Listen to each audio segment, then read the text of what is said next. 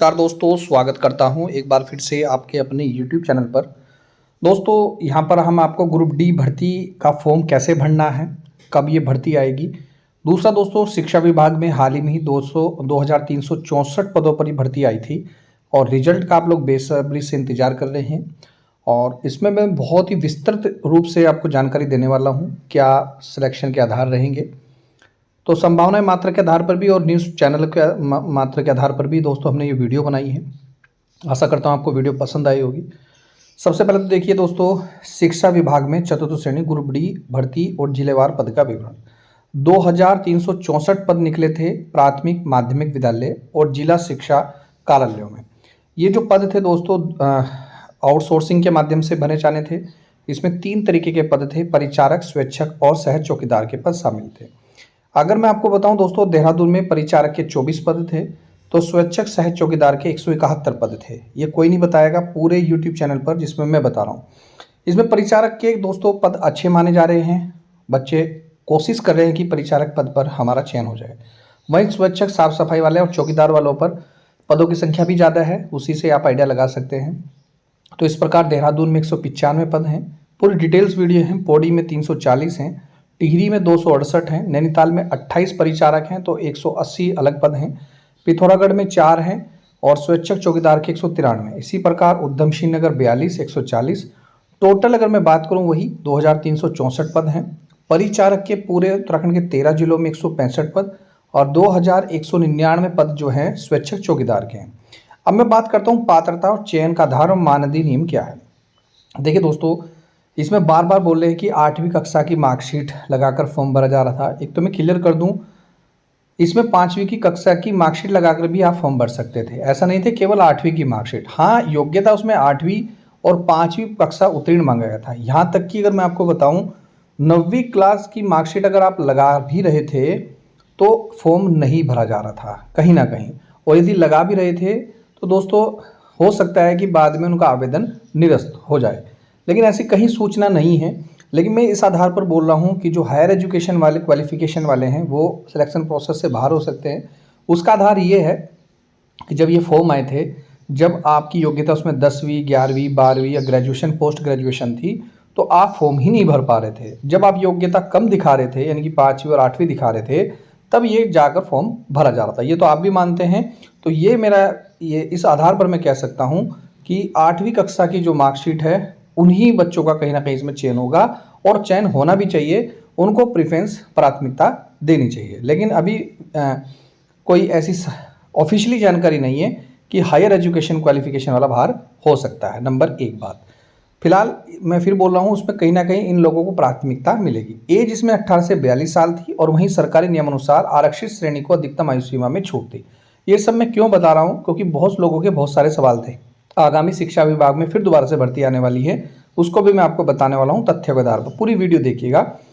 यह भर्ती दोस्तों पूर्णतः रोजगार पोर्टल के माध्यम से ऑनलाइन संचालित की जाती है। इसमें किसी प्रकार का ऑफलाइन आवेदन स्वीकार नहीं किया गया था, लेकिन बाद में इसमें कुछ लोग कोर्ट गए थे। ये बात 100% सत्य है, जिनमें बाद में दोस्तों वो मामला रफा दफा हो गया था और बाद में उन लोगों ने ऑफलाइन के माध्यम से भी फॉर्म भरे थे कुछ लोगों ने। ठीक है। मासिक मानदेय क्या है इसमें? 15,000 रुपये है। जैसे हमें विश्वसनीय सूत्रों से जानकारी मिल रही है, इसकी सैलरी बढ़ा दी जाएगी और 20,000 रुपये प्रति माह कर दी जाएगी। अभी ऐसी ऑफिशियली जानकारी नहीं है, पर विश्वसनीय सूत्रों से हमें जानकारी है कि यूपी उत्तर प्रदेश में भी बढ़ गया, तो उम्मीद है दोस्तों यहाँ पर भी सैलरी निश्चित रूप से बढ़ेगी। कंपनी की बात करूँ तो इसमें कंपनी थी जिसका नाम था मास मैनेजमेंट प्राइवेट लिमिटेड। अभ्यर्थियों से कोई भी आवेदन शुल्क या सिक्योरिटी नहीं ली गई थी। सिर्फ फॉर्म भरने के थे। आप CSC सेंट्रल को 200-250 रुपये जो भी था, बाकी इसकी कोई फीस नहीं थी।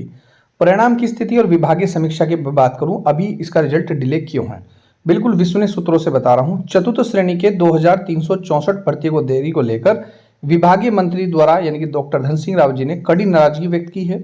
उन्होंने इसके लिए कमेटी का गठन कर दिया गया है। अनावश्यक विलंब ना हो, विभागीय स्तर पर कुछ स्तरीय कमेटी गठित की गई है ताकि निष्पक्ष रूप से रिजल्ट जारी किया जा सके और जल्द से जल्द उस पर कार्रवाई किया जा सके।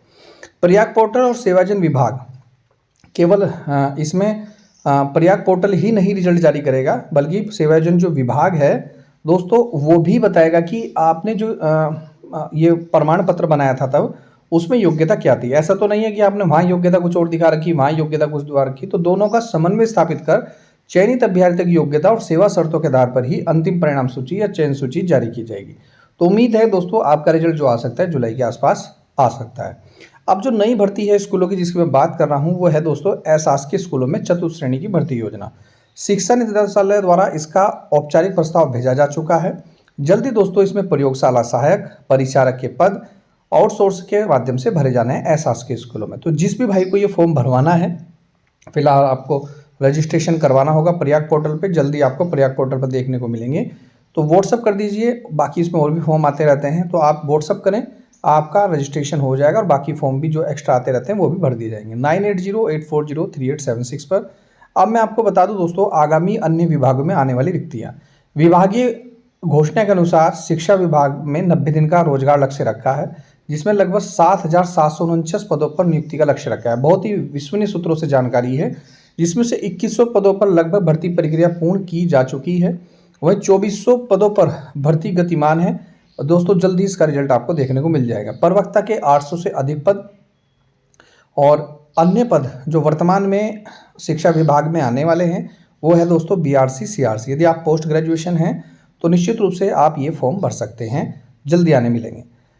इसके अलावा दोस्तों स्वास्थ्य विभाग में भी 1046 पदों पर भर्ती होने वाली है। ये कोई पुरानी न्यूज़ नहीं है, लेटेस्ट न्यूज़ है और जल्दी आपको देखने को मिलेंगे। इसमें 1046 पद है, जिसमें 680 पद जो हैं वार्ड बॉय के हैं, 366 पद पर्यावरण मित्र के स्वीकृत हैं।